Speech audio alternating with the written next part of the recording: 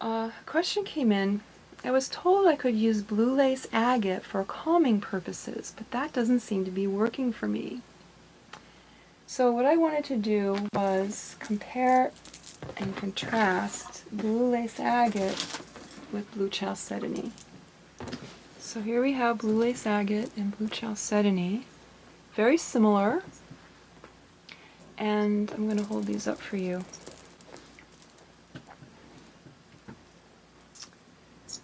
Can you almost see that the translucent bands of the blue chalcedony look very much like the of the blue lace agate are very much like the blue chalcedony. The color is very, very similar. But the effects are very different. Blue chalcedony has a calming effect. Blue lace agate has an energy moving effect. Any gemstone that has bands in it is going to be one that is going to move energies. So they are similar in family but very different in effects. Similarities: the light blue color has an affinity with the mental body. The tranquility, the blue chalcedony, does have a very much of an affinity with the mental body and tends to calm it down.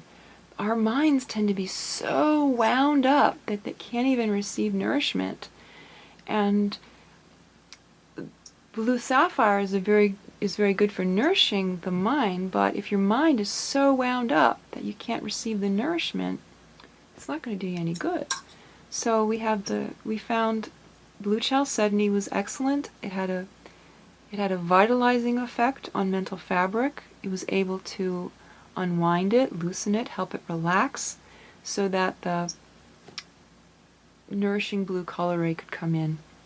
The blue topaz that we have strung with it supports that relaxing effect, helping the mind to release the hold that it may have on rigid ideas and rigid beliefs and concepts that may keep that mind in a grip and preventing it from receiving nourishment. Blue lace agate has to do with moving energies from, you might say, from the body out to the outer edges of the aura and back. In fact, this necklace will span the aura, keeping energies moving, keeping the flow going, keeping things circulated, keeping information moving along as it should. It's very strengthening when it does that, because as the energies move, the frequencies become more aware of themselves, more definite. They're less cluttered, they're less caked on with unwanted energies.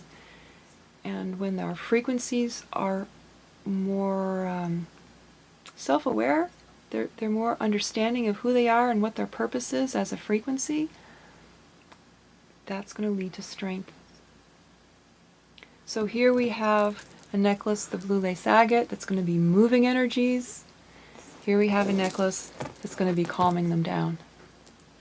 They both look like they come from very similar material, visually and probably mineralogically as well, but the bands have a completely different effect.